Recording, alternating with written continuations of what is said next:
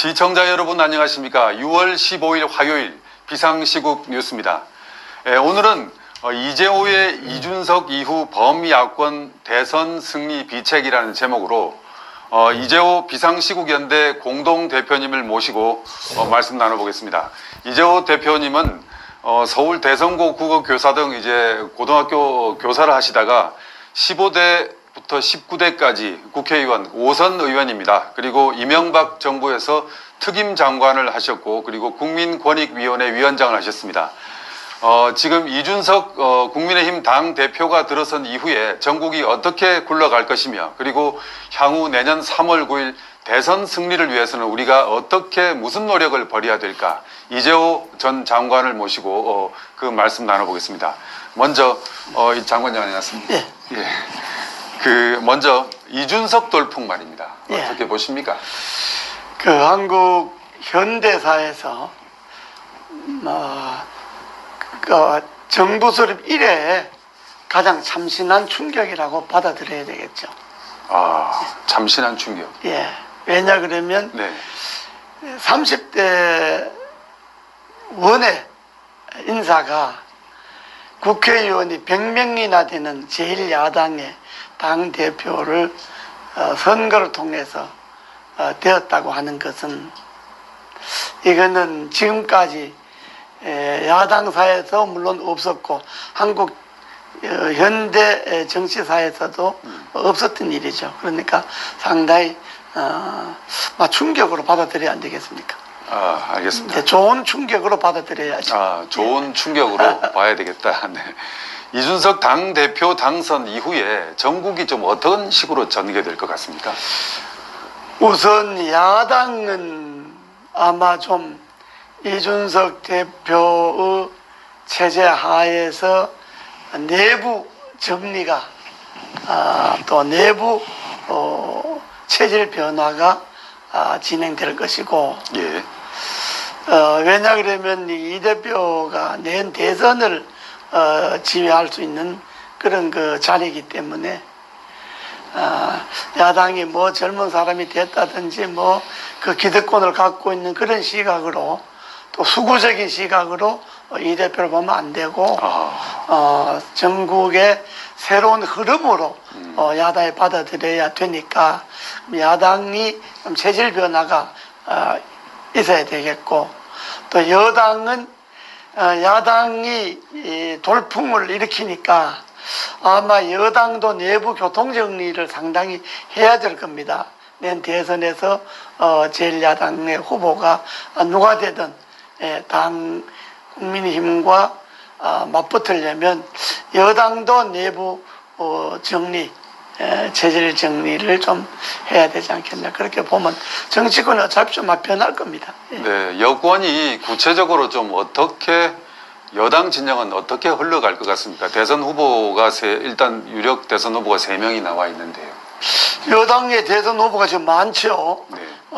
그래 유력 후보가 셋이지만은 거기다가 박용진, 강원도지사 최문순, 충남지사 양승조, 거기다 또 준비한 사람도 있고 하면 여당도 한 10여 명 안 되겠습니까? 후보들이. 네. 이 10여 명이 교통 정리를 하는 기준이 네. 야당의 이준석 돌풍, 시대의 흐름, 이게 여당 주자의 교통정리의 하나의 기준이 안 되겠습니까? 예. 알겠습니다.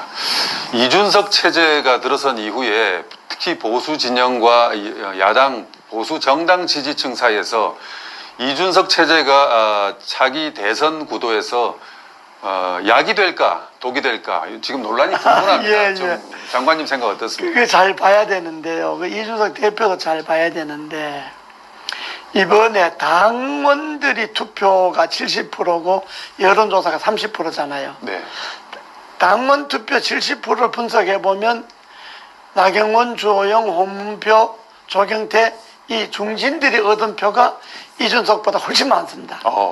그죠? 네. 이거는 보수의 흐름은 바뀌지만은 보수의 정통적인 체질은 아직 안 변했다는 이야기잖아요. 아, 그렇군요. 그렇지 않습니까? 맞습니다. 그 이준석 대표가 이긴 거는 30% 여론조사에서 이겼잖아요. 그렇습니다. 70% 당원 조사에서는 1대1로 하면 이겼지만은 그 중진들 표를 합하면 진 거잖아요. 그렇습니다. 그럼 이건 당의 현상이 아직 이렇다 이 말입니다. 그러니까 국민의힘이 갖고 있는 보수성, 수구성, 또 이런 그 전통, 이런 건 그대로 남아있다고 봐야 되니까 요걸 한꺼번에 무시하고 여론조사 30%에 의해서 나타난 표심, 민심, 이것만을 전면으로 내세우면 이건 독이 되죠.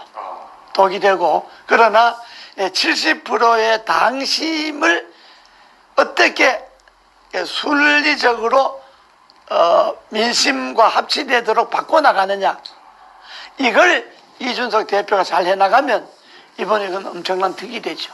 상당히 이준석 대표의 하기 나름. 그렇습니다. 그러면 득이 됩니다. 굉장히 예. 이준석 대표의 역량을 우리가 지켜봐야 되겠습니다. 그러면 이런 어쨌든 그 예상하지 못했던 이준석 체제 아래서 정권을 우리가 탈환을 해야 되겠습니다. 예, 그렇습니다. 그래서 범야권 진영, 그러니까 국민의힘뿐만 아니라 국민의당 그리고 뭐 또 제야 세력이 예. 있지 않습니까? 범야권 진영은 어떻게 지금 해야 될 것 같습니다. 우선 국민의힘은 그 야권 통합이 우선이고, 야권 통합이 돼야 야권 통합 후보, 단일 후보를 내잖아요. 맞습니다. 그러니까 야권 단일 후보를 내는 방법이 뭐 여러 가지가 있겠지만은 제일 좋은 방법은 국민의힘의 야권 후보들이 다 들어와서 후보 경선해 갖고 후보를 내는 것이 제일 간편하죠. 네. 근데 그렇게 안 될 경우도 있죠, 지금 정치라고 하는 것이. 예. 국민의힘에 다 들어오고 그렇습니다. 하고 안 될 경우에는 국민의힘의 후보하고 밖에 있는 야권 후보하고 다시 또 단일화 작업을 해야 되잖아요. 그러니까 이 작업을 하는데 제일 우선은 당이 단합과 당이 하나로 뭉치는 거니까, 그러면 당에 있어서 이번 선거에서 방금 이야기했듯이 당심과 민심이 많이 달랐잖아요. 이걸 조화를 시켜내려면 야권을 통합하는데 국민의힘이 기득권을 좀 내려놔야 됩니다. 다 우린들 다 들어라. 우리가 막 무조건 한다. 이제 이준석이도 됐으니까 국민님 지지도 올라가니까 다 우리 식으로 하자. 이렇게 오만하게 나가고는 안 될 것이고, 국민의힘이 무엇을 내려놓을 것인가 하고 밖에 있는 야권 후보들을 국민의힘이 안 들어오면 국민의힘 후보와 밖에 있는 야권 후보들이 단일화할 수 있는 이 길은 국민의힘이 정당의 이해관계가 갖고는 안 되고 밖에 있는 비상시국 연대라든지 앞으로 출범할 야권 후보 단일화를 위한 비상시국 국민회의 같은 것이 중심이 돼 갖고 야권 후보 단일화 하는데 국민의힘이 힘을 합쳐야 되겠죠. 알겠습니다. 예. 지금 가장 유력한 대선 주자 범야권에, 그리고 우리 문재인 폭정에 시달리고 있는 국민들의 희망이긴 한데요. 윤석열 전 검찰총장이 있습니다. 압도적 지지율을 보이고 있는데 지금 오차 범위 밖으로도 이재명 지사와 여권의 후보인 격차가 지금 나고 있지 않습니까? 예. 그렇지만 지지율도 있지만 지금 여러 가지로 위험 리스크도 있습니다. 예. 이재호 대표께서는 어떻게 보십니까? 현재 압도적으로 여론조사에서 1위를 달리고 있는 것이 윤석열 후보이면은 그거는 자타가 부인할 수 없는 거잖아요. 네. 사실인데, 반면에 이제 윤석열 후보가 문재인 정권과 싸우는 그 소위 권력의 부정과 부패에 맞서 싸우는 이미지로서 윤석열은 좋은데, 나 정말로 한 나라 국가를 운영할 수 있는 대통령으로서의 자질을 도로 갖추고 있느냐, 이건 이제 윤석열 전 총장이 정치 이제 선언을 하고 나면 검증이 들어가지 않겠습니까? 그러면 그 많은 난제들이 있을 겁니다. 우선 문재인 정권 하에서 적폐청산에 앞장서서 전직 대통령들 두 사람, 전직 대법원장, 판사들 구속시켜 놨잖아요. 그런데 문재인 정권은 사실 전 정권보다 적폐가 더 심하거든요. 문패가 더 심하거든요. 이 점에 대해서는 저항만 했지 문정부 정 권력 부패에서 하나도 드러낸 게 없잖아요. 하나도. 그냥 싸우다 나왔기 때문에 이런 부분에 대해서 아마 검증에 들어가면 지난 정권의 적폐 정상과 문재인 정권의 쌓은 새로운 문패, 문재인 정권의 적폐는 문패죠. 문패는 신적폐와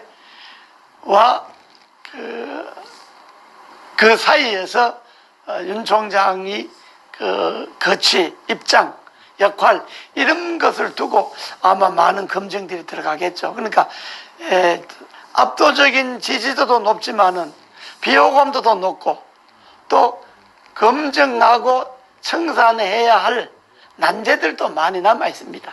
원래 후보라는 게 전에 김영삼 대통령과 김대중 대통령도 그렇지만은 모든 국민이 다 박수 치는 건 아니잖아요.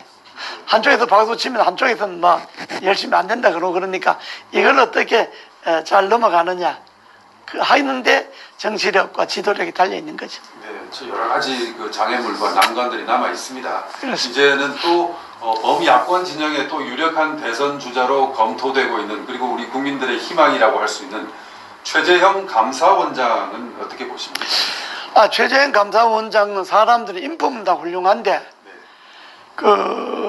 윤석열 총장처럼 격렬하게 현 살아있는 권력과 부딪힌 것은 아니잖아요. 저는 탈원전 하나인데 그러나 인품은 좋고 사람은 좋은데 정치력이나 지도력이 검증된 바가 없잖아요. 그렇죠.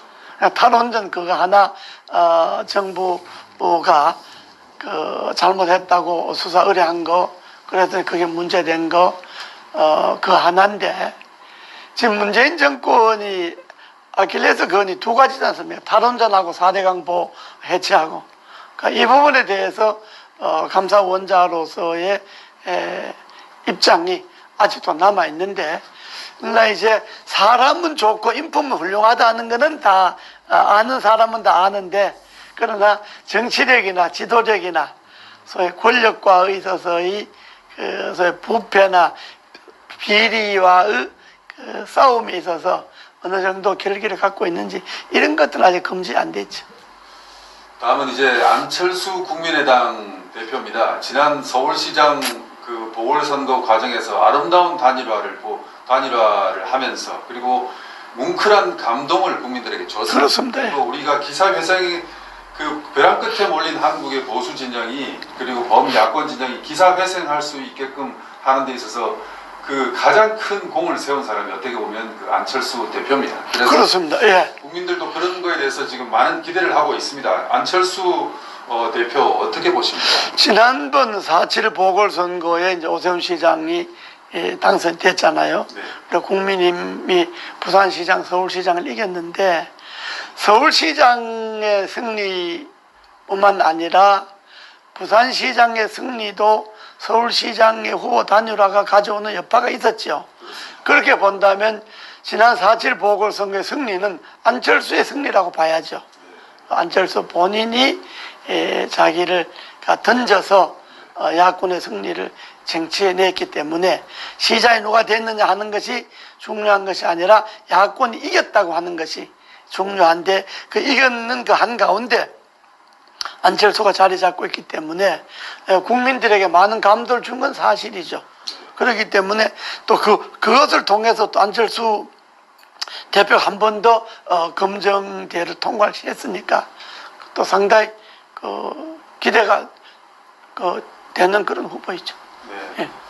네, 다음은 또 가장 강력한 대선 후보입니다. 홍준표 의원입니다. 홍준표 의원 지난 대선에 보수당의 후보로 출마했고 야당의 후보로 출마했고 그리고 문재인 현 대통령과 대선 후보 토론 과정에서도 강단 있는 지도자로서의 인상을 국민들에게 줬지 않습니까? 네. 그리고 현재 다음 만약에 보수 진영이 범야권 진영이 정권을 교체하고 잡고 그리고 홍준표 의원이 대통령이 된다면 지금 지난 문재인 정부가 쌓아놓은 이런 적폐를 청산하는 데 있어서 강단 없는 투쟁을 벌일 것이라고 이제 국민들이 기대하고 있습니다. 홍준표 의원에 대해서 어떻게 보십니까? 홍준표 의원은 이미 국민들에게 많은 검증을 거쳤지 않습니까? 그렇습니다. 경남지사도 하고 국회의원도 하고 뭐 지난번에 대통령 나와서 떨어지기도 하고, 그러니까 국민들에게 미운정 고운정이 다른 사람이라고 봐야죠.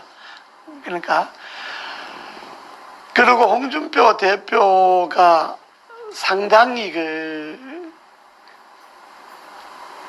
강단이 있을 뿐만 아니라 정치적 직관력이 있고 또 추진력이 있고 투쟁력도 있고, 어려운 이 난세, 문재인 대통령이 어지럽혀 놓은 이 정국을 수습하고 단칼에 정리할 수 있는 사람은 홍준표 같은 사람이 돼야 된다. 이런 여론도 지금 많이 있죠. 그렇죠. 예, 많이 있고, 그렇습니다. 예. 정리할 때 보였던 그 결기. 그런 면이 많이 있는데, 반면에 말을 너무 좀 거칠게 하지 않느냐, 뭐 이렇게 지적하는 점도 있고. 그런데 아마 홍준표 의원처럼 요즘 정치인 중에 사랑과 미움을 동시에 받는 사람도 드물 거예요. 뭐 대통령이 되려면 뭐 그것도 하나 자질이죠. 근데 그가 홍준표 전 대표가 주로 잘 쓰는 말이 논어에 나오는 당단부단이면 반수기란이란 말을 그 논어에 나오는 말인데 잘 인용을 하는데, 결단할 때 결단하지 않으면 반드시 어려움이 따른다, 화가 닥친다, 이런 말을 본인 신조처럼 삼고 있는 거기 때문에 아마 상당히 유력한 후보이면 사실이죠. 맞습니다. 예. 이번에는 이제 국민의힘 내부의 후보에 대해서 좀 말씀을 해주셨으면 합니다. 유승민 전 대선 후보죠. 예. 지금 원희룡 제주지사, 그리고 제주지사를 사퇴하고 대선 후보에 출마하겠다는 뜻을 밝히고 있는데요. 유승민 전 의원과 그리고 원희룡 지사는 어떻게 보십니까? 지금 뭐 여론조사 뭐 1%, 2% 어떤 데는 안 나오고 뭐 그러긴 하지만은 그 지도자적 잠재력은 갖고 있는 사람들이죠. 유승민 의원 같은 경우에 그 나름대로 경제에 대한 자기 확신도 있고 소신도 있고, 사람이 뭐 그렇게 부정부패 뭐 이런데 그 근처에 가지도 않은 사람이니까, 한 잠재적 지도력은 있는 사람이니까 아직 국민들이 잘 모르니까 시간이 좀 더 흘러봐야 될 겁니다. 이제 대선 후보 등록하고 본격적으로 이제 대선 후보로서 경쟁에 뛰어들면 그때 가봐야 이제 좀 면모가 나타나지 않겠습니까? 아직까지는 잘 모르니까. 네, 알겠습니다. 이번에는 원희룡 지사도 마찬가지입니다. 아주 그 지도자적 자질을 갖고 있는 분이니까 그것도 이제 본격적으로 지사를 그만두고 후보 대회에 끼어들면 또 국민들의 판단이 달라질 수도 있죠.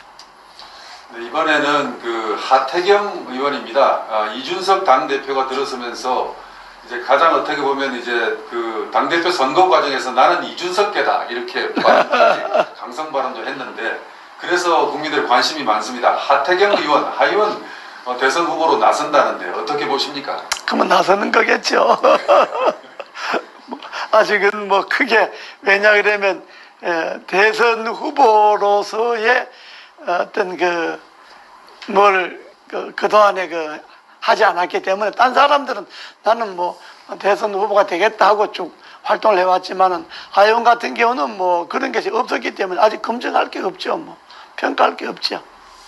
네, 이제 이재호 대표님 마지막 질문입니다. 네. 지금 이제 4.7 보궐선거 이후에 국민들이 작대기만 꽂아도 승리한다. 그러니까 여당이 워낙에 폭정을 거듭하니까 이런 또 어떻게 보면 특유의 자만심과 오만함이 살아나는 것 같습니다. 네. 그래서 정말 모든 권력을, 국가 권력을 다 쥐고 있는 여권이 호락호락하게 정권을 내놓지가 않습니다. 그렇습니다. 예. 그래서 정권을 내년 3월 9일 여하간 어떻게 교체할 것이고, 그리고 야권이 필승할 방안, 저는 네. 이재호 대표께서 그동안의 정치 역정도 그러시고 이런 역할을 이 상황에서 해줄 수 있는 그래도 유일한 뭐 그런 인물이라고 예. 보고 있는데 어떻게 보십니까? 그런 방안에 대해서 좀 궁금합니다. 우선 첫째는 네. 여당이 만만치 않다는 걸 알아야 됩니다. 네. 여당은요, 민주당이든 청와대든 여권이든 앞으로 1년은 정권 재창출에 전부를 겁니다. 예산이든 인사든 뭐 정책이든 사업이든 그렇기 때문에 여권이 쉽게 정권을 물려주지 않을 겁니다. 지금 이제 그러나 지금 이제 정권 교체 지지율이 여론조사 높은 거는 원체 문재인 정권이 폭정을 하고 잘못하고 멋대로 하고 뭐 어느 것 하나 성난 게 없잖아요. 경제도 망쳐놨지, 안보도 그러지, 외교도 그러지, 교육도 그러지, 뭐 어느 하나 나라를 성난 구석이 없게 만들어 놨기 때문에 국민들이 더 이상 문재인 정권 갖고는 안 되겠다 하는 것이 이제 아주 거의 참 한계점에 달했기 때문에 정권 교체를 하겠다는 지금 여력이 높지만은 그러나 여당이 권력이 쉽게 정권을 물려주지는 않을 거다. 그러니까 매우 어렵다 하는 걸 전제를 해야 됩니다. 그럼 여기에 대응하는 것은 첫째도 둘째도 셋째도 야권 후보 단일화입니다. 첫째도 둘째도 셋째도. 야권 후보 단일화가 두 가지 방법이 있죠. 당에 다 들어가서 국민의힘에서 뽑는 방법이 있고, 그 다음에 국민의힘 밖에서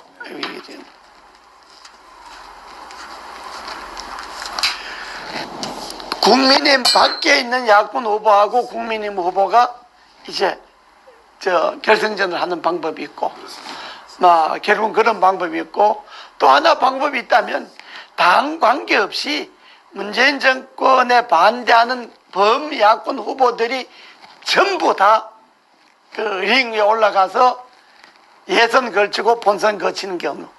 그러니까 예선에서 2명만 놔두고 다 떨어지고 1, 2등만 뭐 10명이 되든 몇 명이 되든 간에 일단 야권 후보들은 한 링에서 예선해갖고 국민들에게 예선해갖고 1, 2등만 남기고 나머지는 떨어지고 이 1, 2등만 갖고 후보 결선 붙이는 거, 이런 방법이 있고 있는데 어떤 방법이든 간에 야권 후보를 단일화하는 게 제일 중요한데 이 단일화에 잡음이 없어야 됩니다. 단일화 해놨는데 떨어진 사람이 협조를 안 한다든지 단일화에 끼지 못한 사람들이 정권 교체에 협조를 안 한다든지 이렇게 하면 안 되잖아요. 그러니까 정말로 화합된 분위기 속에서 하나의 야권 후보를 만들어내는 것, 이게 중요한데 이걸 위해서는 범국민들이 야권 후보 단일화를 위한 비상국민회의 같은 틀에 범국민들이 참여를 해갖고 이것이 당을 견제하고 당이 이제 자기네들 당의 이익을 우선으로 나갈 수가 있으니까 당량에 따라서 후보를 정하려고 할 경우가 있으니까 그런 것들을 견제하고 비판해 나가면서 어떻게든지 잡음 없이 야권 후보를 한 사람으로 만들어내느냐 하는 거는 당도 노력해야지만은 당 밖에서 정권 교체를 바라는 양심적인 시민사회 세력들이 하나의 틀을 만드는데 그 틀이 야권 후보 단일화를 위한 비상시국 국민회의라는 틀이 만들어야 됩니다. 그게 지금 준비를 하고 있는 걸로 알고 있는데 그 틀을 통해서 야당과 공조하면서 야권 후보 단일화를 만들어내서 정권 교체가 이루어질 수 있도록 하는 것이 답입니다. 네, 이재호 대표님 말씀 잘 들었습니다.